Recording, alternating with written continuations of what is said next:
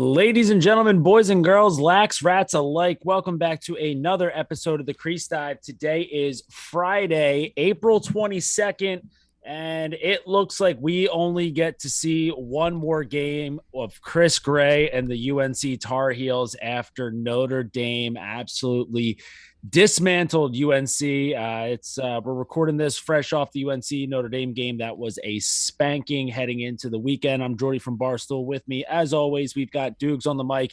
And Doogs, I know you have to be buzzing after that one. Dude, I left in the third quarter. I didn't even watch. I didn't even watch the fourth quarter. I was like, you know what? Like, I don't even have to take the subway to work. I don't have to call an Uber. Just straight up walked because I wasn't even worried about the fourth quarter. What a masterclass! What a masterclass by Booker. What a masterclass by our boy Ryder.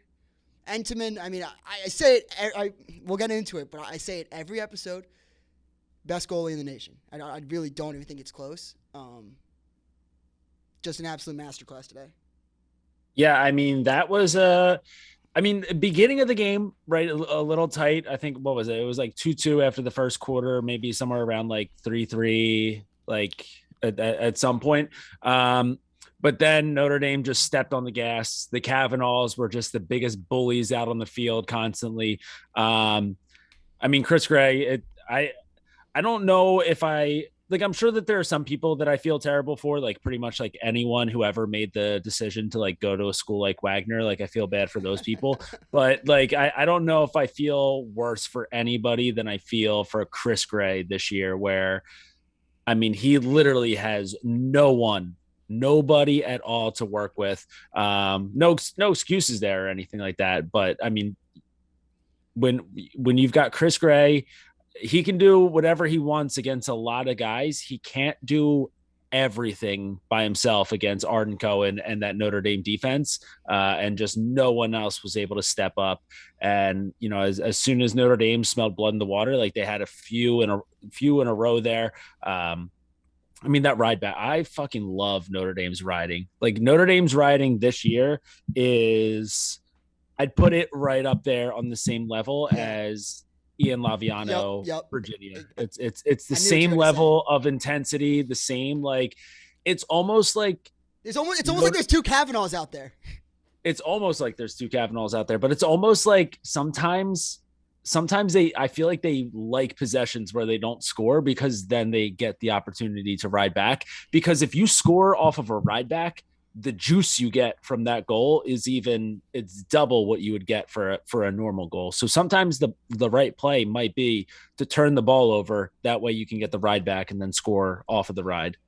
I mean, legitimately, I think I tweeted on the walk here because I saw like the Kavanaugh hit got tweeted out. But when will ACC coaches teach or just tell their players in the film room, like, okay, like, I've been seeing a Kavanaugh wear a Notre Dame jersey basically for the past decade or so. Do not try to run him over. Do not try to like think that you're bigger than him and you're like you can out tough him. Kavanaughs make a fucking living off being the short guys that murder bigger guys than them. Like, they have a chip on their shoulder every time they put on that Irish uniform, and I just think that people need to wake the fuck up. I never really sold off Notre Dame. Are we just gonna jump right into it? Yeah, I mean, go right for it. What was the one thing I always preached all season long was that there's going to be things that are consistent with Notre Dame. They're going to be great on extra man. The Kavanaughs are going to show up every single week. The midfielders I complained about, and the faceoffs I complained about. I always said Entenmann would be top goalie, and I said the defense would come along. The midfield stepped up. You saw Dobson had like a hat trick in the third quarter. You know, Corrigan probably ate them alive in the locker room. And then Lynch, the faceoff guy, came out of nowhere. I mean, he's playing his best ball right now. What makes you say that Notre Dame wouldn't be able to play? I wouldn't want to play Notre Dame. If I'm Maryland, I'm like not even kidding when I say this. I'm not going to say Notre Dame by 5 or anything, because I've learned from my mistakes. That's called growth. That's called maturity. But if you're Maryland, like you're looking at the standings right now. You know, you got a bunch of Ivies, but you don't. The way that it's all shaking out, like, they could get fucked seating wise. Like, you could run into a Virginia or you could run into a Notre Dame before championship weekend.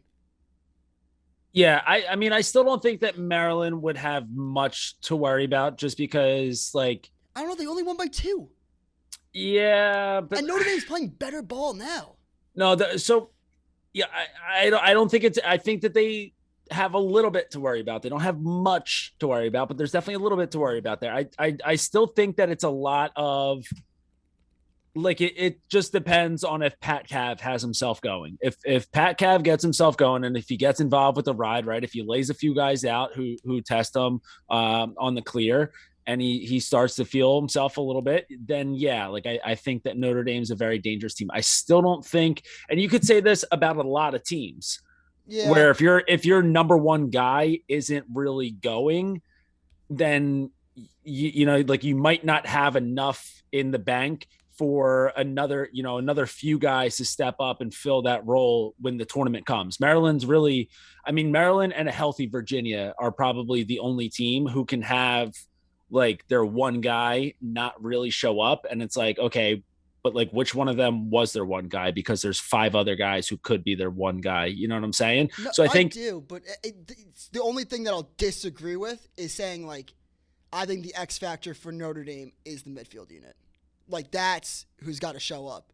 Because when the good Notre Dame midfield unit shows up, they are right there, I think, with Virginia and Maryland as complete teams. But that's the thing that haven't been consistent all year long. So like that's the only thing I'll disagree with. I don't think the X factor's Pat Cav. Because I think that even say you take away Pat Cav, or like you slide early to him, you got to then worry about Dobson stepping down and murdering one home because he's got a fucking hammer and he can extend the field. So like I personally just think that it really comes down to Notre Dame's midfield unit. But that's yeah, no, but what I was getting at here is like I think that there are going to be like there can be another high seed in the tournament who gets fucked by Notre Dame turning it on now, and like Notre Dame having a like that's what I'm saying. Like there are some like if I'm Rutgers, right, and you're thinking, okay, Rutgers is going to have maybe pretty decent seed heading into the tournament as long as everything kind of keeps going where it's going right now, where they're going to lose in the Big Ten championship.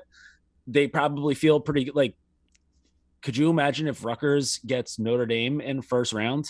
yeah, but they should. No offense. Like Oh yeah, this is like no, this is like the college basketball seeding. Like I know I fucking talk about it all the time, but like people were pissed at like Providence getting like a team that's like a mid major that's pretty good. Like Rutgers, for what we know, are frauds. There's no other label I think I see. Like they only had a 1 point win against Michigan, who we've been calling fake the entire year. yeah. I mean, their wins against Army and Princeton look fine. Their win against Ohio State was like a big time, and that's still one of those wins where it seemed a whole lot closer than the final score actually ended up being. I don't know. I also Again, I I'm hate also more Rutgers. I hate Rutgers. I'm the biggest Rutgers hater ever. So I'm not saying that they're a good team, but I'm saying that like this is a year where Rutgers has kind of been on that cusp of they're a program who can have a perfectly fine regular season and then shit the bed once May comes around. And then last year they had the win against Lehigh in the tournament. Like they probably feel like they're a program that's ascending, that's on the rise, that can kind of win a couple tournament games, maybe get themselves into that quarterfinal, maybe who knows, maybe they even have Final Four aspirations. And then like this is the year that they feel like, okay, like I think we can make it happen. And then all of a sudden, oh shit, Notre Dame turned it on. And now like we have to go against Pat Cav and Chris Cav and that defense and Liam Mentiman, who's a guaranteed 13 saves if he's having an off day. yeah. Like that sucks for Rutgers is what I'm saying. And like in the grand scheme of it, yeah, like I think that that's a matchup that should happen. But I'm saying if you're feeling good about yourself as a high seed and your name isn't Maryland, watch out if the Irish get themselves in at large. And my point with Rutgers, I don't disagree with how high they're seated personally. Like it's more just my personal belief on the eye test. Like because people could get pissed off at this. I think early season wins kind of mean shit. Like I know you have to consider them for tournament resume and stuff, but like that win against Army's February 19th, that win against Princeton's March 11th. So like yeah, that was a really good win. But like I don't hold it that like they got their first real test, against like I personally put Notre Dame in the top 4 teams in the country. I'm the hand up. I feel like this is going to be a tough one. They lost Rutgers lost to Princeton. Oh shit, I was reading. No. I fucked that up first. I was reading this. No, but I was literally like, this is how tired I am today. I'm literally reading the schedule, and it says 16-11, and it says L. Yeah, I'm pretty sure I did the same thing. I fucked that one up. That's me.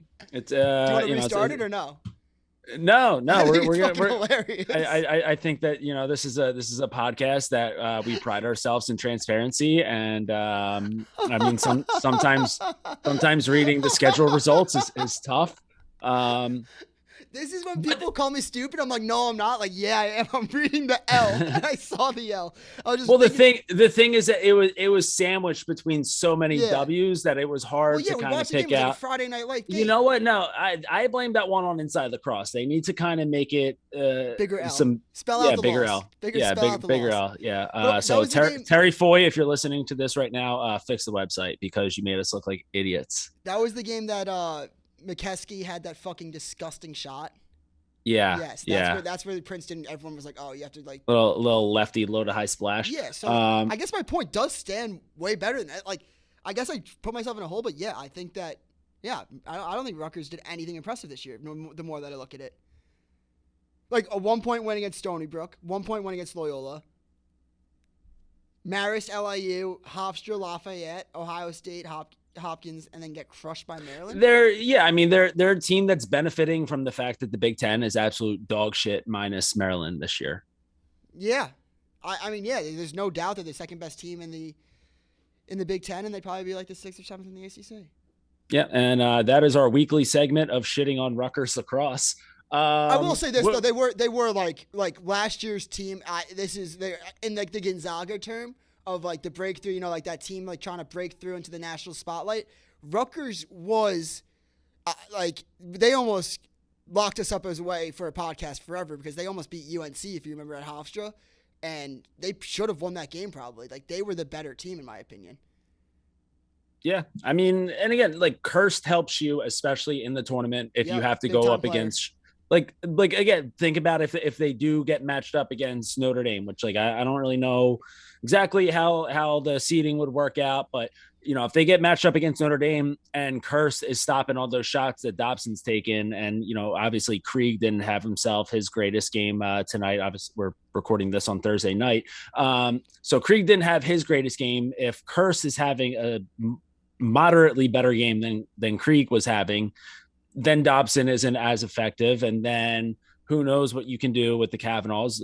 I still think I like Notre Dame in that matchup if that were to actually happen. But yeah, I mean, it was a really good win for Notre Dame, and like it's still not really an easy road for that. Like they're gonna have to beat Syracuse up again, and then they're gonna have to. I don't know. I feel like they probably also have to beat Duke if they're going to get themselves into the tournament. I mean, college lacrosse also makes no sense. Like, the consistent at like Maryland at 1. The only thing that worries me about Maryland really is their college kids.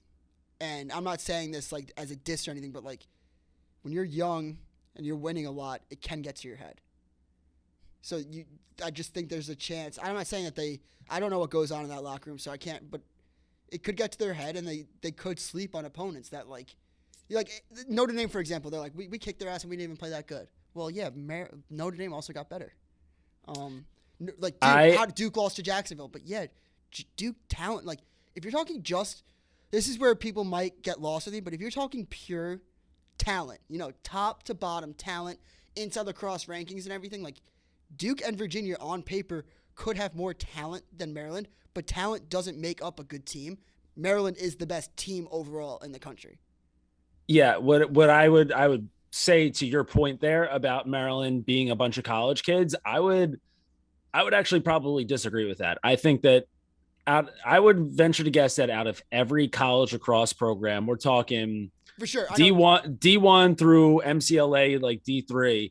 I think that they are the tightest, like the most business like team. Like I feel like all of those kids treat that like they're clocking into work every day. Like I don't know if they're your typical college lacrosse program where like they're looking forward to the party after the game. I think like there are a lot of kids who I would love to see like their huddle time, like Yeah, yeah. like how many hours of film they're logging on huddle and like when they're logging on, like you know how when they have like the reports of like when like Pornhub searches like spike, Yeah, yeah, yeah. like I feel like they're like the if you Bombing. were if yeah if yeah if you were tracking the amount of time that they were watching film, like you'd see massive spikes like immediately after a game, like they just go home and they crush film.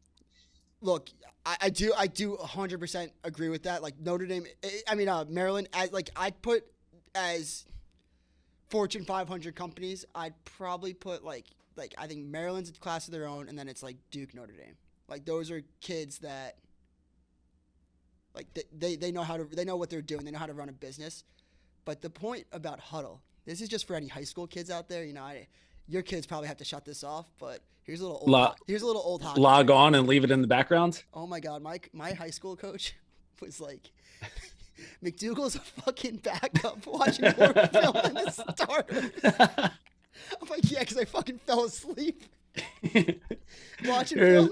Like, just had it Yeah, on, got high. you just got it on the laptop. Meanwhile, you're just playing video games all Yeah, night, yeah, yeah. just crushing 6 hours of film. Turns out you're watching the same exact game, the same exact. What are high school games? 48 minutes long. Yeah. Same 48-minute game for like 5 hours. Yeah, but Garden City games go for like 3 hours because we just stall and just, I don't know, we'll get into that later. Um, but yeah, I mean, at end of the day, really good win for or not for Maryland. We're all the wins are for Maryland right now, but really good win for Notre Dame on Thursday night. A big time statement win for them, and yeah, I mean things are looking pretty bleak for UNC right now. You know, with the resume that they have and the wins that they have, there's nothing really that stands out. You know, they've got losses to Duke, Virginia, now Notre Dame, Virginia twice actually. Let's see if I can actually count like hit the correct L's, and a loss to Ohio State. So no real quality. Although right now their win over Brown is looking better by the day, and I think that that can take us right into talking about the Ivy right now because Brown is playing some of the best lacrosse in the nation right now after taking down Penn last not well 2 weekends ago at this point, and then coming just firing off in that second half to beat down Yale this past weekend. So a 20-13 final in Brown versus Yale. I think it was 9-8 heading into halftime, maybe. Mm-hmm. And then then Brown just taking off. Devin McClain leading the way. Brown right now is they're doing exactly what Larkin needs the boys to be doing. They're being disruptive, and they're showing that the Ivy is easily the deepest conference in college lacrosse. I feel like we've been saying that for like 5 weeks at this point, but truly the only conference right now where almost anybody can show up and beat anybody any given week. Yeah, I mean, how brown would it be, though, to beat Cornell this weekend and lose to Dartmouth? Don't you put that evil on them. No, just joking. Don't you put that evil on them. Our coworker, Will Walker, he played at Harvard, so he's going up for the Princeton game this week, and we were just talking about the Ivies, how deep they are, and we brought it up. I thought it was hilarious. I was cracking up. I'd be like, that like, imagine going through the hard pits, like, you beat you beat all those teams just to end the season with a loss to Dartmouth, which it would be just kind of funny. I mean, they do have a game against Bryant in there as well. So oh yeah, for the Ocean State. Yeah, so I mean that could also be a little trap game for Brown. So just depends on if Larkin's in attendance. So if he makes his way over to Bryant for that one, not too long of a trip for him. And what there was a during the Brown game, there's a GC guy that stood out. 2 pole goals. Colin Hart, beast. That was magnificent to see. So I love seeing GC guys show out, obviously, but Ogden is just He's a stud. He's an ACC player playing in the Ivy Leagues. I mean, a lot of these guys are in general, but he's got a fucking crank for a shot. But his shooting percentage, 22%, 18 shots. Just like let him fire away. Yeah. Let him fire away. Like that's Tufts, in my opinion, like Tufts ball. Like shooters shoot. You Like got to, I mean, you got to shoot to get hot. you got to shoot to You get can't, hot. you can't get hot any other way. Could you imagine your best player though takes 3 shots? It's like why'd you stop shooting? You're the best player on the team. You're a best shooter. Like we're not gonna win these games if you don't put up the shots. So I'm happy just to see that he just like didn't like just let it crank and didn't really care. And it paid off. Yeah. So I mean, big win for Brown there. I mean, Yale right now, they're still hanging in there, but it's, I don't know, just a little up and down. You know, the loss to Penn State still just does not make any sense to me. I'm not quite sure what happened there. Tight one to Cornell, but then you know, luckily, I mean, I think that Yale's safely. yeah, well, they're safely in, and they also sandbagged the shit out of their final few games of the regular season here. They've got Albany, Quinnipiac, and Harvard. Well, all right, I'm not going to say that Harvard is I mean, a mail it in game, but it's not at all. I think Harvard's worst part. I think they're a young team. I think I love the Harvard freshmen. I think they're going to probably be top of the Ivies in a couple of years, especially with some of the Fogos they got coming in. But I mean, when you schedule these games, like Albany's traditionally like pretty good. Like you can't just like when you schedule that game, it's not like you know that Albany won't be like Albany this year. Like that's a very good mid-major team that usually plays at a high-profile level. yeah, I think that it's a game that I mean, has it been on the schedule for a while? It obviously wasn't. If you're Scott Moore too, you got to call these coaches and get these games scheduled for your recruits and stuff. So like, I don't hate the Albany schedule. I mean, Quinnipiac, Virginia just played. No, Quinnipiac. no, but it's one of those ones too. It's been on their schedule for a while, so it's not like they like purposely went out and they're like, hey, like let's Yeah. it like it's like a built-in game that's on their schedule. It was also a Final Four matchup just a few years ago. I'm just saying, like at the moment right now, like I feel like they're gonna cruise their way into the Obviously. Ivy League tournament. And also, like, you got to look at the way they started the year. I mean, they didn't have any. This is their first cakewalk was Dartmouth. If you really look at it, and like Dartmouth for the most part hasn't been, besides that game, like it hasn't really been that bad this year. They've been pretty competitive. I feel like.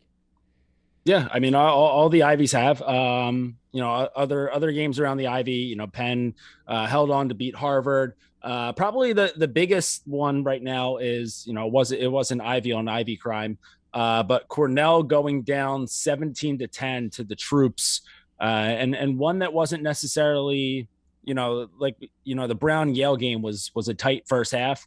This Cornell Army game wasn't tight from the get-go. But I did mention early, I guess it was last week's episode, that Cornell didn't have nearly as many Canadians as I thought that they did on the roster. So maybe this was just a respect loss for Cornell, just to say, you know, thank you for your service to Army. So you know, you might not want to read into that one too much about what that means for Cornell moving forward. But still, probably the first loss. Well, I mean, the again, Yale losing to Penn State still doesn't make any sense, but this was probably like the first loss where it was like, all right, like that's maybe the Ivy isn't quite unflappable this year. Yeah, I also think that this is probably the best. I mean, Army, I think in 2020 was really good, but I think that this Army team's legit. I think they got good goaltending, great offense, deep. I mean, they look like this could be the best service academy that we've seen in a while. Yeah, probably. Like a Navy team. Trying like that Matt Russell Navy team back in like 2000. What was that? 2003, 2004. Whatever team played against Mikey Powell in Syracuse in the Final Four. Yeah. That team was sick. Yeah, that's a little too old for me. Yeah, they were wearing like they were wearing the, I don't even know if they were, those highlights though. I don't even know if they were Warrior helmets at the time. Like it might have been a company called Strike, but it could have been like the very first Warrior helmet ever. Yeah, Matt Russell is a beast, but they had to go up against a guy by the name of Mikey Powell. I don't know if anyone listening has ever heard of him before, Never but heard of him. pretty sick lacrosse player. Yeah, no, I mean our Army's sick this year. I mean Brendan Nichtern is he's Different level. different level, top 25 Tewaaraton finalist. Not that that's going to be a shocker to anybody. I've been a big Bobby Abshire guy for the past couple of years. He seems like a guy who just always shows up at a big moment to spark up the boys with a big goal. And then obviously as a barbecue guy, Yeah. big Danny Kelbasa Yeah, I was gonna say I fan. love Kilbasa, so I love this guy. So Yeah. I have to love him, but I think he had a big game as well against Cornell. So I think that Army's another one of those. I mean, you never want to have to face a service academy in the NCAA tournament. Never. So I think that they're definitely leading the pack right now in the Patriot League. Well, it's them and BU. So, but I have a feeling that Army will come out on top of the Pat Lax, and that's just a team where you pray that the selection committee doesn't pair you up against them. What if it was Army Notre Dame? That's a gritty lacrosse game Notre coming Dame up. by 5, easy. Uh, anything else from last weekend that stuck out to you, or I'm trying to just look around really quick. Like, nothing really. I mean, we could just hop in. I mean, Ohio. I mean, yeah, we'll talk about that, I guess, in the segments. Um, North Carolina won the Fraud Bowl against Syracuse, and Johns Hopkins won the Fraud Bowl against Penn State. But we don't really have to get into that. We could just get into the segments if you want to. yeah, let's just go to segments. We don't All right. no it, the less Big Ten talk, the better, and the less Yeah, Hopkins I Penn have State it. talk, I the have better. it Yeah. in the segments anyway, so we could just talk about it. You want to do that's talking? Let's do that's talking. All right. Let's start off with Holy Cross UMass Lowell. Holy Hokro, Cross. baby. Hokro. Hokro. Never forget Hokro getting destroyed by Syracuse, and all the Hokro guys telling me to take Holy Cross, and they lost by about $1 billion. Holy Cross, shout out Holy Cross, the Crusaders. First win of the year, 15-14 against UMass Lowell. This is big for the Crusaders. Wait, that was their first win of the First season? win. The Holy Cross their average loss has been by 10 goals. So shout out to Holy Cross. That's talking Holy Cross across. I mean, sticking with it, boys, like that's how it's easy to feel down on yourself at this point of the year and just think, all right, let's get to the end of the year and then we can party our balls off. To have your average loss be by 10 goals, no wins on the season, and to still come out and put one together, that's pretty. Although we did talk about UMass Lowell like a couple weeks ago, Yeah. because they didn't have a win and they were playing against another team that didn't have a win, and I think that they got their first win. So, all right, maybe not the greatest win, but still, shout out Hokro. They get destroyed. You got to check out the Holy Cross schedule when you get the chance. It is top notch. Like 21-11, 23-7, and a 15-14 win. Oh my God. Yeah, just yeah, 28-5, 23. 11-9, 14-8, 17-7, 16-10, 14-8. They have a good schedule though. That like good strength of schedule. Yo, for sure. I mean, but you gotta throw some points in there. Throw a layup or something. Come on. All right. Well, that's talking Holy Cross UMass Lowell. You want to take game 2? You want me to? Yeah, you want to. All right. So listen, I'm a D3 guy myself, and I know that we don't get around to talking about D3 lax as much as I would like to, but definitely not as much as other D3 people would like us to.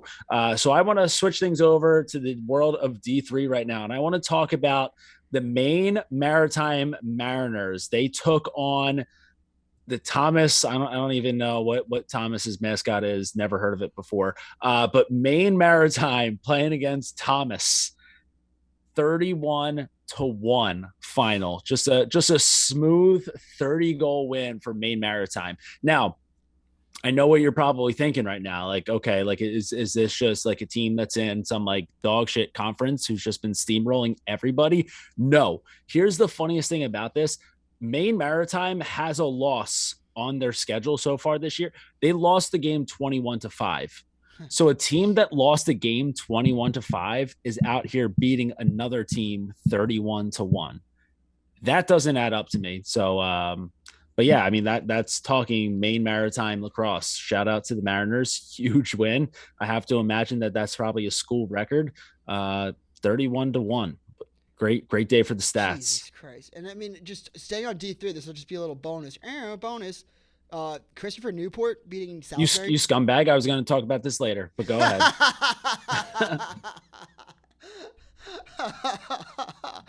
Yeah, Christopher Newport. I mean, where do they come from? Have they been a traditional powerhouse? This is the first time I've ever heard of them. Yeah, they're always one of those teams that like you'll always see. I feel like they've always played Salisbury like earlier in the season, and like they were always one of those teams where you would look at Salisbury's scores on their schedule, and it'd be like shit pumping this team, shit pumping that team, shit pumping the other team. Close win against Christopher Newport, and then back to shit pumping. Yeah, I mean it literally shocked me. 17-7 win. Good for Christopher Newport. Sorry for stealing your thunder on that. When you said D3, I thought you were gonna go that route. No, I was gonna save that for a better part, but Oh, sorry. that's fine. All right. What other game would you like to talk about though? Delaware Towson.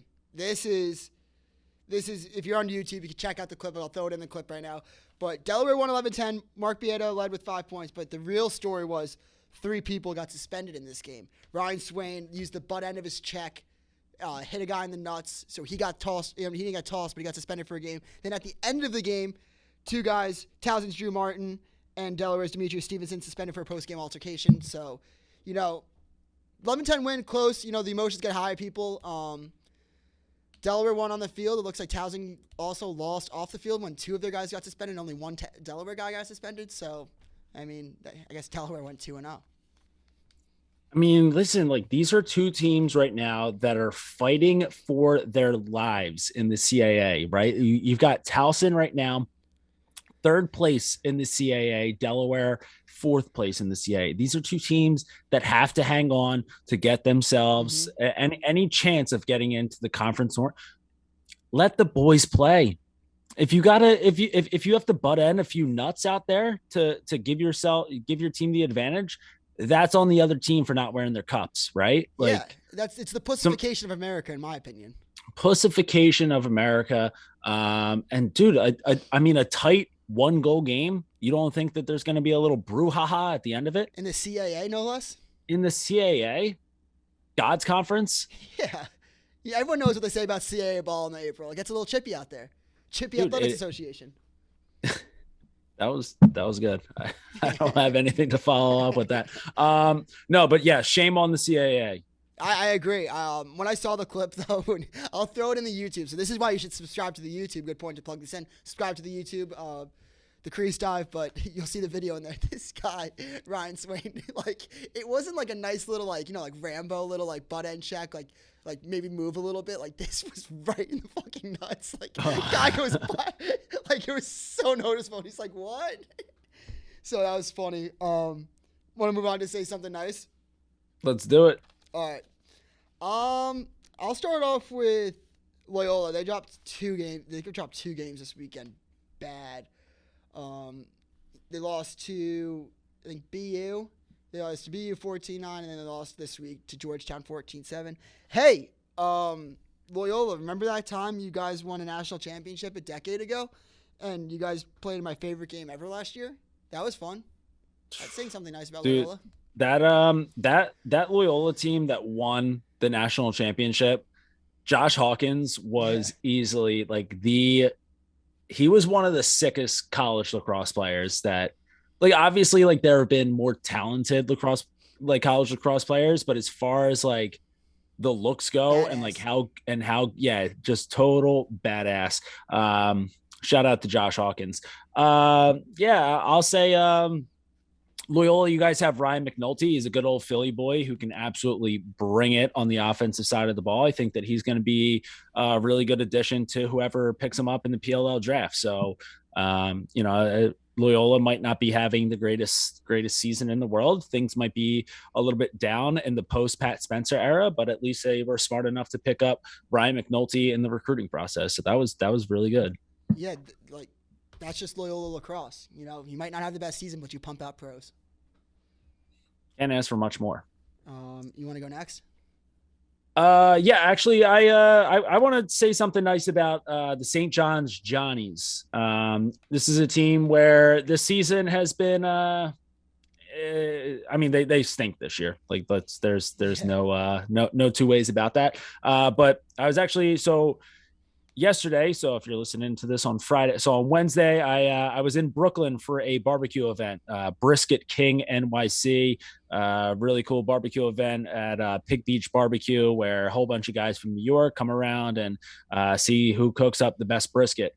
And while I was on my way over there, you pass an exit to head over to St. John's, and it just reminded me that, listen, I mean, you guys do a really good job at recruiting guys out of Springfield Delco. There's been a really good Springfield pipeline to St. John's. Actually, fun fact here. I was in email correspondence with St. John's and their coaching staff about a visit when I was just a young lad in high school. Ah. And then I tore my ACL a few days later and just never heard from their coaches ever again. But they still made the good call of grabbing a bunch of They guys knew the from pipeline. Springfield. They knew the pipeline, grabbed a bunch of my guys. And then since then, it's been a pretty solid pipeline. We've got a face-off kid going there next year. So same Oh, same so what realm you're of saying say is St. John's is back. St. John's is, well, they're going to win all of their faceoffs next year. Yeah. And so they're going to have so many extra possessions. So this is a down year for St. John's, but I definitely expect big things for them over the next 4 years when they're winning 100% faceoffs. So listen, might not be your year this year, but the horizon's looking pretty sweet. Um, I could say something nice about St. John's. Hey, St. John's, you guys got Andre Curbelo, who's pretty good at basketball, and basketball team looks good next year. So like, don't worry about this. You guys also have Glenn. You guys also have Glenny Balls as your biggest fan. Yeah, So exactly. And Glenny Balls, let him come to a lacrosse game. Maybe he'll turn the program around a little bit. Give him yeah, some VIP access. Get him a burger. Give him a ball scale. And let St. John's Glenny will go back. Balls warm up the goalies and then get them to do a burger review during halftime, and the Johnnies will be so back it's not even funny. That, could you imagine Glenny shooting in warm-ups? Coming up on the next Doogs goalie challenge. Yeah. Do you have another teams you want to talk about, or? You take it away. All right, so I just want to shout out Hampton, because Hampton's, they struggle. They almost get killed every single game, but you guys are growing the game. Like, no doubt about it, you guys are growing the game. So we just want to thank you for that. So shout out Hampton. Thank you for helping us grow the game. Echo? I second that. Yeah, and then hey, Chrome fans out there, PLL fans out there, Chrome fans. You guys lost Jordan Wolf, one of my favorite players to watch. Also lost Ned Crotty. Also lost Ned Crotty. But hey, Chris Gray's available. Yeah, I think. Listen, I mean, Jordan's been a good pal for a long time, and so great career in with Duke and with the Rattlers and with Team USA and with the Chrome. It's a shame that his career has to end now, but I think that he's strung together a pretty prolific lacrosse playing career. I think he's had, he's captured almost everything you can to capture besides, like a Tewaaraton, and also a win against my high school when he was playing there. But yeah, so shout out to Jordan Wolf on the incredible career. I actually played against his high school today. Who won? Yeah, they're not great. Lower Marion's not great? No. Is this a Kobe thing? What's up? Is this a Kobe thing? No, I'm kidding. No, they do not have the Mamba mentality when it comes to lacrosse. But yeah, Chrome, I think, you get to draft Chris Gray first overall, and I think that he's already used to playing with a Chrome helmet. So, and also he'll be very well rested heading into the season since he's probably not going to have to play a ton of May lacrosse. Cheap shot. I got major performance. Do you want to go first? Sure, I'll take this one. I want to give. Listen, everyone listening to the show right now knows that I Usually the last guy to give credit where credit is due to defensive players. I'm always an offensive minded type of guy. I love the goals, I love the highlights, but right now I really want to shout out one defensive unit, and that's Canisius. So last weekend, the Canisius D put up an unbelievable performance. They held Monmouth to under 10 goals. Um, the only downside to that is their offense. Canisius offense sucks, so they only put up 4 goals, so they lost the game 6-4. But I do think that a mid-major major performance, Canisius defense holding Monmouth to just 6 goals on the day, that in the shot clock era is pretty incredible. So shout out to Canisius, my mid-major major performance award winner of the week. Shout out Canisius. Well, this one's kind of unfair, so I don't even want to. I'm just going to say this one. I think that we'll both say this one together. But Marco O'Rourke, NEC record for Bryant, 9 goals. He had 12 points total. Just a beast. I mean, Brown's got to watch out for him in a couple weeks. But I feel like that's almost like a cheat code because it was so easy. I bet you a lot of people were predicting that we'd say that. So I actually want to give. I mean, this is going to shock a lot of people. Where do you think that my mid-major major performance player played high school ball? I'd imagine like a decent school on Long Island. So if I'm thinking about like good schools, so like a Chaminade, St. Anthony's, maybe Comswag, Yeah. Teddy Dolan. Ward Melville. Oh, Teddy Dolan out of Garden City. But he had 2 games this past weekend. He against NJIT, he had 70% save percentage. And against Stony Brook, he had 74. He's a beast. He's going to transfer next year. He'll be one of those guys like Mike Adler, just coming from a small school, seeing a lot of shots, and then going to like a Power 5 program. So just he plays is unbelievable that ball. is that GC insider information? No, That he said before the year that he was transferring. okay. I know, no breaking news there, but he's a beast. His brother Danny played for Maryland. Remember the Phantom goal against Virginia? Yep. Yeah, his brother was in cage for that. His brother actually gave me a lot of shit last year when because he's on the Maryland like personnel right now, and when they beat Notre Dame, he was like, "You're an idiot." I Well, deserve yeah, it. he wasn't the only one. No, he wasn't So the only one. He was not think the I only think that one. there's however many followers we have on Instagram right now, which by the way, we should probably have more followers. So everyone head over to Instagram.com or on your app. You probably don't use the desktop web URL, but head over to your Instagram, follow at the Crease Dive. Also follow us on Twitter. Also subscribe to the YouTube channel already if you haven't already. Dude, you would have act Yeah. with our Instagram. You would literally act like we were like a really hot girl that posted a picture with a boyfriend. We've just lost followers. Have we been losing? No, not like really. I think they're also just killing like ghost accounts. You know what I mean? Like I think they're getting to that point where like they delete accounts that haven't been active in like 10 years or just like are fake accounts. Yeah. So All like right. Well, it's not bad. all But right. Well, so here, right now, this is the bat signal. We need we more followers. followers on the Instagram, and and again, once the summer rolls around, the schedules will be a little bit more free. We'll get a little bit of original content up there, but for right now, buy early on the Instagram stock. Follow us there, follow us on Twitter, and subscribe to the YouTube. But yeah, all right. So Buy we sell.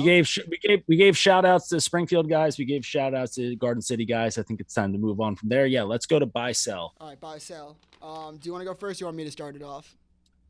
Actually, this kind of rolls right into right off of this Notre Dame UNC game. I am going to buy right now, and you gave me actually the tip on this stock. You gave me tip on this stock. I forget if it was last week's episode or maybe the week before.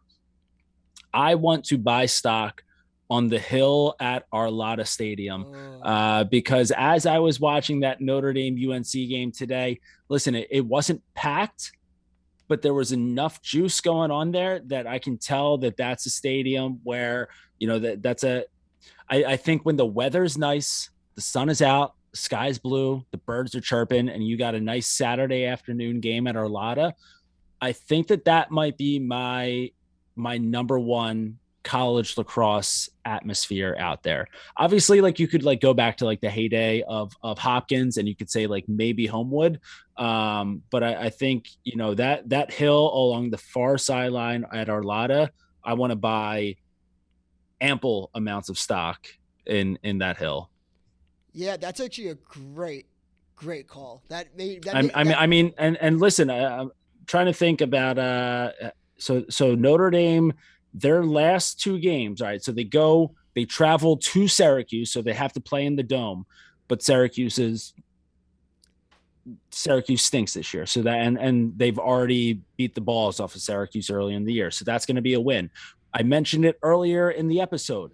They need to beat Duke. Like they need to win out if Notre Dame has a really good chance of getting an at-large. That final game against Duke is going to be home at Orlada on May 7th. I don't know if I haven't looked at my calendar in a while. I have a feeling that that's probably a Saturday, Mm-hmm. at the very least a Friday.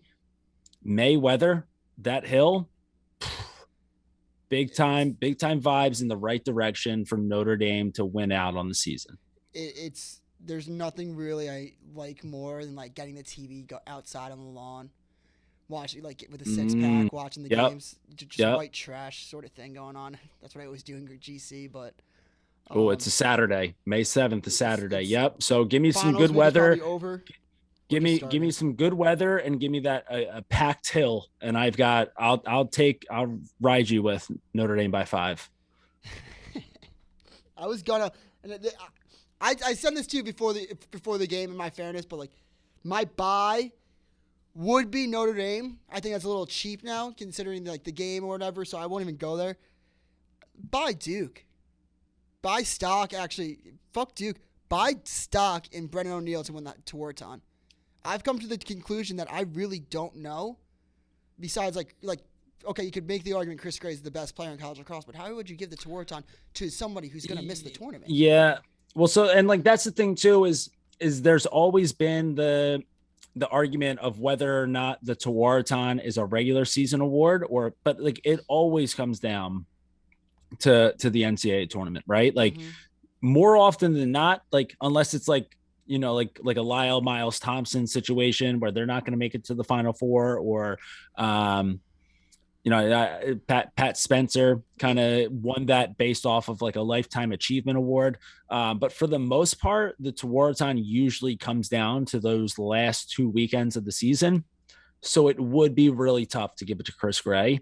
Um, yeah, I mean, if Duke gets hot and Brennan O'Neill just like if he keeps remembering that he's like 6'9" and can just do whatever he wants on a lacrosse field, yeah, I think that's I don't know if any books out there are taking futures, and definitely you shouldn't be betting with anybody besides the Barstool Sportsbook anyway. But if the Barstool Sportsbook were to offer a future on a Tewaaraton winner, I would definitely throw a few shekels on Brennan O'Neill. Oh yeah, more than a couple schmeckles. I mean, because also Schellenberger, as you guys know, I think is the best player, but he's a little banged up right now. Let him get healthy. And I mean, again, he could. He's banged up and he's kind of in one right now. Like he's not like He's not he's comfortable in kind his of body. His he's body's kind of beat up. playing he's kind of playing the game on tilt right now. Like there are he had a lot of shots last week where just like missing the cage by a little bit, and like you could tell, listen, maybe the high school coach in me is coming out a little bit, but the body language just wasn't looking very great to me. Like a lot of frustration. So now once he starts hitting a few and that frustration goes away, then it's good night, Irene. But until then, yeah, definitely doesn't seem like he's super comfortable at the moment. When you're not healthy and you got to play, like he knows that he's got to play right now. Like he feels like maybe he's it's the PMT hurt or injured. Maybe he's not hurt, but he could be injured. Or what is it hurt? I don't know, whatever. But like I think you can play hurt, but if you're yeah, yeah, but yeah, so maybe he's he's hurt. hurt. So like Yeah, you're just not as confident when you're playing hurt. Like say he's got something wrong with his elbow, messes up your shooting a little bit. You got one check there. You're a little bit like you don't maybe want to drive as hard as you did on that one drive when you got slashed. So there's just a lot to go on with when you're hurt, mentally especially because you could just be frustrated. But moving on to sell. yeah, I'm also going right. I mean, obviously, this is all fresh in our heads after watching UNC Notre Dame, but I am going to sell hard on shiny helmets. Get them the fuck out of my face. Notre Dame can keep them because like that's like their thing. But like any other team who goes with the shiny chrome, go away. And anyone who isn't Notre Dame, you don't get to wear a shiny gold helmet. Fair. Today's game was just way too much between the gold and the chrome. Just a lot of reflection going on. The sun was already bad enough as it was. You saw a lot of missed passes, especially in the clear, getting caught up in the sun. You don't need to be adding all the glare off the buckets into the mix as well. So I don't know. Like I feel like 10, 12 years ago, like there was a real big rush to go to like maybe like 8 to 10 years ago, like into the matte black helmets. Like I feel like every team had a matte black helmet. Um, then things kind of went back to all white, and now a lot of teams are getting into the chrome mix where UNC's got chrome. Syracuse has one of their like 80 uniform setups where they have a chrome helmet. A lot of like high school or club teams have chrome. So I feel like I'm praying to God that we are at the end of the shiny helmet era in lacrosse, and everyone just realizes that they are so dust. Some people pull them off, but I do. I won't fight you on it. You seem passionate about it. Yeah, I don't know. I just feel like You got. I well, mean, you also I, got to win. You got to actually win we're gonna have to bring in our good pal Mikey Diggs at some point to get us some for sure. some helmet talk. He's the expert in the field on this one. So we'll see how he feels about shiny helmets. But right now, I'm selling any sock that I had in that, and I'm getting it off my hands immediately. I like that a lot. I'm going a route that no one will be surprised, especially if you've just been listening. But I'm selling everyone in the Big Ten, but Maryland. I just I think it's very self-explanatory. I don't That's think that. that's like selling blockbuster stock. Yeah, It's it's like like, yeah, selling. you should probably have it. Probably shouldn't have it at all at this point anyway. But if you do, get rid of it. That's yeah, sell everyone in the Big Ten, but Maryland. Um, do you want to do top tens? Yeah, yeah. So You want to read I off mean, yours? listen, We'll make graphics for these. We'll put them on the Instagram and the Twitter. listen. We're not big. At least I don't know if I don't want to speak for you, dudes, but I'm not the biggest rankings guy in the world. Like I hardly ever like I never look at the rankings throughout the season. Mm-hmm. One because like there's there's never too much. There's no major differences between the media and the coaches poll. Like there Yeah, might be like a spot here and there, but either way, like I'm always like I don't know like who like if someone's 4 or they actually 5, and I don't really give a shit about rankings, but we're getting to that point of the season right now where we can start to whittle down these teams into I wouldn't necessarily say that these are like I would say that these are my 10 contenders. So you can kind of put them in besides number one, which I think that we're both going to be in total agreement about. I think you could put the other 9 in almost any order you want. But yeah, you want me to go first on this yeah. You one? go first. All right. So the one that I think makes most I don't think that anyone would Notre have Dame. any other answer.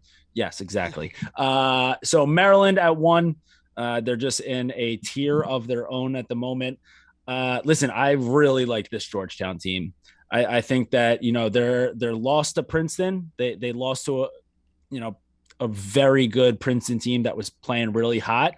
And I think that Princeton is only going to get better throughout the rest of this season with those new helmets that they just unveiled last weekend with the football helmet design. I know that I've already given shit to Delaware about stealing Michigan's decals, but it's a little bit different when it comes to Princeton. So, but yeah, so I really like Georgetown. I think that they're a team that is playing just as good as anybody. Number 3, I've got a healthy Virginia, a big caveat there, right? If they're Mm-hmm. not healthy, then I think maybe they drop down to like 5-6. But you give me a Matt Moore who can at least run around a little bit. You give me a Connor Schellenberger who's thinking about just massacring corners instead of whatever is aching his body. You give me a healthy P.D. LaSala. I think they're at 3. I like Cornell. I know that they just lost to the Troops, but like I said, I think that was an honor loss. I think it was a thank you for your service loss. And they also lost to Penn while Penn was one of the best teams in the nation. So I think that Cornell's right up there. Jacksonville, America's team. If you're not rooting for Jacksonville to make it to Memorial Day weekend, you are a communist. Also, head on over to store.barstoolsports.com because Jacksonville is a lax school, and we've got the shirt in the store to prove it. So you can get yourself a lax school shirt with the Jacksonville Dolphin on there. So go buy a shirt. Also, while you're there, pick up an astronaut shirt because you wear that to a party and you're gonna be the belle of the ball. So I've got Jacksonville at 5. I've got May Duke at 6. Like A very different team than any other form of Duke, but specifically May Duke at 6. And the big thing here is they don't play another game until May 1st. So that's the only Duke that we're going to be getting from here on forward. So I've got May Duke at 6. I've got a lot of these are going to have caveats here. A lot of these are going to have qualifiers. I've got Brown, but only when Larkin is in attendance. I like that. I like the way you did this poll. When Larkin isn't there, Brown is a mid-team at best. When Larkin is there, they could beat anybody. So I've got Brown when Larkin is in attendance. So Mr. Kemp, keep your schedule clear until Memorial Day Monday because you've got some games to attend. Number 8, I've got the Troops just because it would be un-American to not have them in my top 10. They're also having an incredible year. We've already gassed them up enough this episode.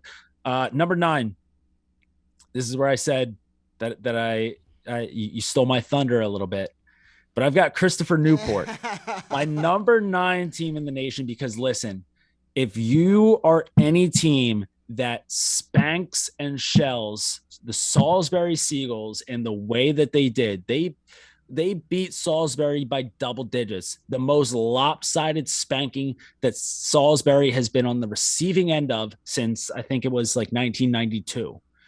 If you're any team who does that to Salisbury, 1, thank you, God. I appreciate you so much. But 2, you deserve to be a top 10 team in the nation. I would say that Christopher Newport's probably like a top 4 PLL team right now.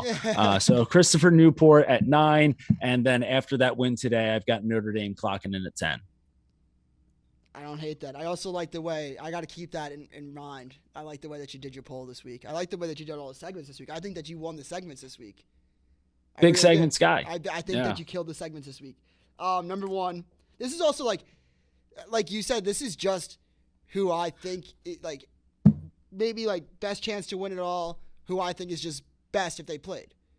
So coming in at number 1, I have Rutgers. No, I'm kidding.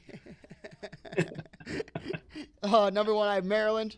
Actually, time out. I just want to know, I would love to know right now, how many Rutgers fans or players or alumni listen to this show right now, because I feel like it can't be a lot, or else we'd be getting a lot of hate from Rutgers. We shit on them so hard, but it's all deserving. So go ahead. Rutgers sucks. Yeah, I mean, shut us up, I guess. I'm a fucking loudmouth Long Island guy. I fucking hate Jersey. You guys are as relevant as Hofstra. So, I don't know. You guys have done just as much in the past, 20 years. So, whatever. Get over it. Number 1, Maryland. Number 2, I think Virginia still. I think if they get healthy, they're just the second threat. I really just number 3, I have Georgetown. But my only worry about Georgetown really is just, and this might be just a little I might be looking in this issue too hard, but Warren really hasn't been there before. He hasn't been in that big game. And when he was in the quarterfinals, Lars made him look silly last year. So I kind of would give that's just one thing that I would look forward in May. Number 4, I have Notre Dame. I think that they're playing fantastic ball, and I think they're all coming together. Number 5, I have Duke. Number 6, I have Yale. 7, Princeton. 8, I have Army. 9, Brown. And 10, I have to go Jacksonville. Got it. Fins up, baby. Fins up. dude. It's a long shot. I know. I think that everybody knows. I think right now, if you're riding the wave with the Dolphins, I think you know that it's a long road ahead, and obviously it's all going to start with winning the SoCon. But could you imagine? Just imagine if Jacksonville gets hot enough. Like I don't need a final.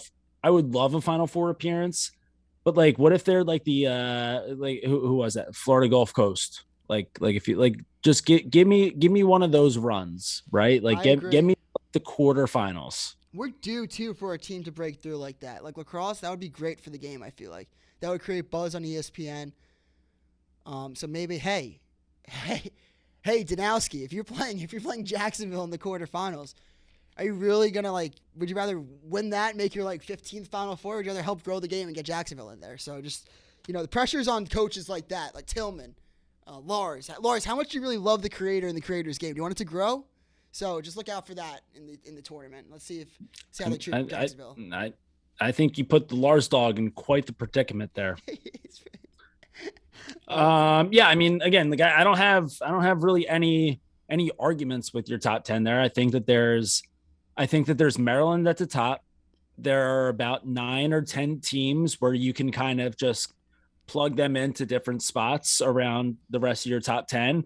And then I think that there's the rest of the teams that like are technically playing Division 1 college lacrosse. yeah, I think that that's the landscape of what we're seeing right now. yeah, no, I agree. I think that also just our list will probably piss some people off that like are like, but look at the polls. Fuck the polls.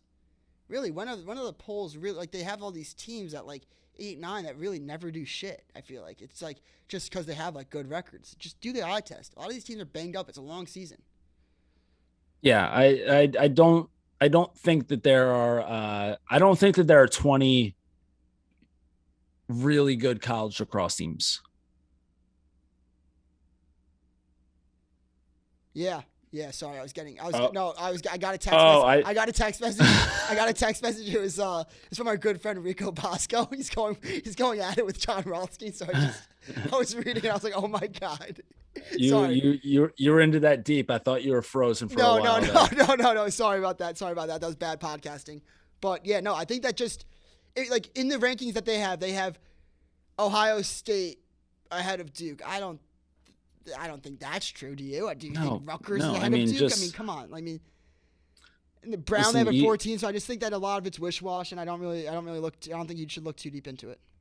No, not at all. And yeah, I mean, so those are, those are probably. Did we have? Oh, all right. So obviously, I had Christopher Newport on there, which you didn't. But for the most part, I feel like we had mostly the same Yeah, we 10 just teams in there, yeah, it was just just mixed just in match. a yeah. Yeah, we'll have the graphic Um, out on the socials and stuff to promote, but yeah. yeah, and pretty much what all that means is, with those other 9 teams besides Maryland, you don't know what you're going to get every single weekend, which is why every weekend is right now must watch lacrosse, especially as we are gearing up as we head into May. Only a couple more weekends left of the regular season. So let's head into this weekend's slate of games. Big time rivalry weekend on deck here. Rivalry's always been a hard word for me to pronounce. I feel So like I was I've about to say that. I was like, you don't know how to say it. it's right. Yeah, Rivalry, you say. I mean, I right. suck at pronunciation. You know me, so I'm not gonna fucking. The This is an argument that I'm out of. that L followed up by the R is a tough one. People don't talk about that enough. Say it for me real quick. Rivalry. Yeah, rivalry. Okay, you've got a little bit of a better L in there. L Maybe L it's L. Yeah, but I suck at yeah. pronunciation. All right. Well, either way, it's a big R word weekend heading into this slate Jesus of games. Christ. And it all gets kicked off really with an Army NJIT Navy game. Albany. Yeah. So NJIT Albany, it's listen, you can throw the record book out when these 2 teams play against each other. It's going to be a no holds barred match. But Army versus Navy, this is going to be noon on Saturday. You can catch it on CBS Sports Network. Listen, obviously, uh, you know, Navy isn't quite where they've been at as historically as a program. So I think this is going to be a pretty one-sided win for Army, but you're going to get to see a really good Army team, and you're also going to Xavier Arline play lacrosse. So I think that that's a really good game to get your Saturday started. Yeah, I love that game. That should be exciting, and I think that's also Amplo's got to show up for that game. I somewhat think. Yeah, I'd agree with that. But yeah, so right now the line on that is Army minus 2.5. I think that Yeah, it's a honestly good one. might be a little low. I see this one being like a give me like a 15-10 win. I think that one's like a 3 plus goal win. Okay, yeah, so right there. All right, so we've got I mean, I guess it is Syracuse, Virginia. Is that a rivalry? I guess it's like a blue blood rivalry. Like you could just count it. I Yeah, guess it's not like I don't know. I also get confused with these teams, but yeah, I mean they're just two powerhouses. I mean I guarantee they don't like each other. I mean as we know from our friend Drake Porter, Virginia did drop 2 to them last year, so you can imagine that Virginia wants this one bad. I mean I think the 3.5 point spread is a joke. I think Virginia minus 3.5 could be. It's a in my opinion it's like a Dr. Seuss book. It's an easy read. It's a first grade you reading have to level. remember though, Syracuse is always a little bit of a different team in the dome, and Bobby Gavin this is revenge game too. he knows these shooters, knows Mm-hmm. them pretty well. So I don't know. I think that's I actually listen. I'm obviously going with Virginia in this one, but I do think that it's not going to be like. Listen, you tell me that this game is in Charlottesville, down in C Vegas. Mm-hmm. I think that this is Virginia like 17-9, like just a good old fashioned shellacking. But I think that this one I feel like this could like fourth quarter it'll open up, but we could see some tense action for the first part of this game. That's fair. That's fair. Uh, so that'll be on ESPNU. Kind of jumping around. I didn't really plan this one out too well. I'm just No, kind of yeah, looking I'm down just at the looking. schedule right now. So this is that's a 4 p.m. game that's going to be on ESPNU, and I'm almost positive that that's going to roll us right into Hopkins, Maryland. I think that'll also be an ESPNU game at 6 p.m. or whenever the Virginia Cuse game gets done. Listen, Hopkins stinks. We all know that. They're just bad at lacrosse. So that's going to be, a big time win for Maryland. And also the game is going to be at Homewood. I know you would think that Hopkins can maybe benefit from a little bit of home field advantage, but I think that Maryland almost benefits even more for wanting to embarrass Hopkins at their home field. But still an important I God damn it, this word is in my head so hard right now. Rivalry game. An important rivalry game to watch as far as just the tradition of lacrosse goes. Yeah, no, I think that Maryland, in some sense, it's like I was just on this podcast for like True Lacrosse Ohio, just helping grow the game. Just going back to my roots. But he was asking about Hopkins, Maryland.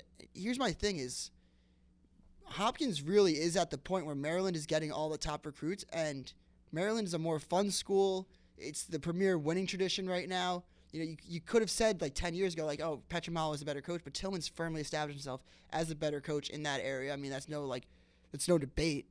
So yeah, Maryland's gonna fucking beat the brakes out of Hopkins. And last year at this time, I was the one that gave out Hopkins, and this is when Hopkins was peaking. Hopkins last year with Cole Williams was like a good team at the end of the year. It was not the same team they started out as. They don't have Cole Williams this year. Joey Epstein isn't what he was freshman year. Still a great lacrosse player, but yeah, Maryland's just the pick. It's minus 6.5. And again, they're sick bastards, so I feel like they really want to stick it to Hopkins at Agreed. Homewood. I mean, kind of the same thing that we've seen too with like the Whip Snakes and the Atlas. Mm-hmm. All right, so let's go back earlier in the game. So that right there, like your late afternoon rolling into your evening, fantastic. Like obviously you probably won't have to watch the second half of Maryland Hopkins, but still 4 p.m. Virginia Cuse rolling right into Maryland Hop on the ESPNU. That's chef's kiss. Earlier in the day, let's go back to the Ivies real quick. Princeton and Harvard. So I mean, Princeton right now, they picked up that win last week. They broke out the new helmets. I know that you're real high on Harvard. I think that Harvard's a team that they've got some real solid young players. Princeton, the exact same, maybe just doing a little bit better this year. So Princeton and Harvard at 1 p.m. Who do you have coming out of that matchup of the nerds? And this is at Harvard. I And right now the line has this at Princeton minus 3.5 on the road. personally, I think this probably comes down to face-offs, and I think Princeton's just gonna control the face-off X. 3.5's a tricky line. Could I see Harvard covering? Yeah, but just the amount of shots that Princeton offense will get, I'll probably take Princeton with the points. Yeah, I like that breakdown. I think I don't know, just give me a big slusher game. I think that's so what that's a 1 p.m. game. I'm actually not entirely sure what that's. I'd imagine that's probably on ESPN Plus somehow. So yeah, give me some nice some good old fashioned slusher dimes to watch to lead me into some of those later games. Brown and Cornell. I've seen Larkin talking about this one on Twitter. I'm not entirely sure if he's making the trip to Cornell for this one. If he's going to be in Ithaca, that's definitely going to sway my opinion on this game. But right now we've got Cornell at home favored by 2.5. So Cornell's going to have to bounce back from that loss to Army. Brown right now playing some of the best ball in the country. Listen, I like Cornell in this one, and So do I. Larkin. Sorry to say it, but listen, I mean, Chase Erlin has been having a pretty rough go at it the past couple weeks. I think that probably changes this week, and if he gets himself locked in again, and you don't have to worry so much about getting out to guys, and if you're confident in your goalie, you can play from there out. I like Cornell to kind of figure this one out again. I do too. I think that Cornell is just better, and I think that Brown's probably just a trendy pick right now. Yeah. So oh well, I mean, Michigan, Ohio State is like a Whatever. yeah, whatever, fuck them. But that's your Sunday night, your Sunday Big Ten game. Oh, biggest one of the Mercer at Jacksonville. Huge SoCon matchup. That's a noon game. Listen, I do think I think that if Jacksonville wins this game by what's the line at right 11. now? I think are you kidding me? I mean, it's 11. I mean, I'd probably take. I think that. Yeah, I'll say it after. Yeah, Okay, so here's what I'll say. If Jacksonville covers at 11, I think that the NCAA should let Sean Goldsmith transfer to Jacksonville for this tournament run that they're about to go on. yeah, that would be so Let sick. let America's player play on America's team.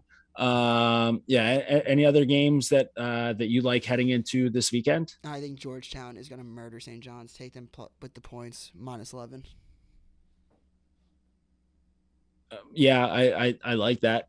Um, Not much of a rivalry there, but No, it's no rivalry, but um, I don't know. St. John's is St. Here's my analysis. St. John's is really bad, and Georgetown's really good. you're not going to get this analysis anywhere else. But yeah, so that right there, that is your weekend slate of games for the 23rd and the 24th. Wait, hold up. Let me just check here. Yeah, the Michigan Ohio State? That's definitely a Sunday night game, right? Has to be. Which one?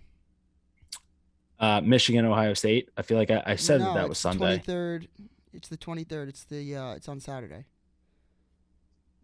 Is that a Saturday game?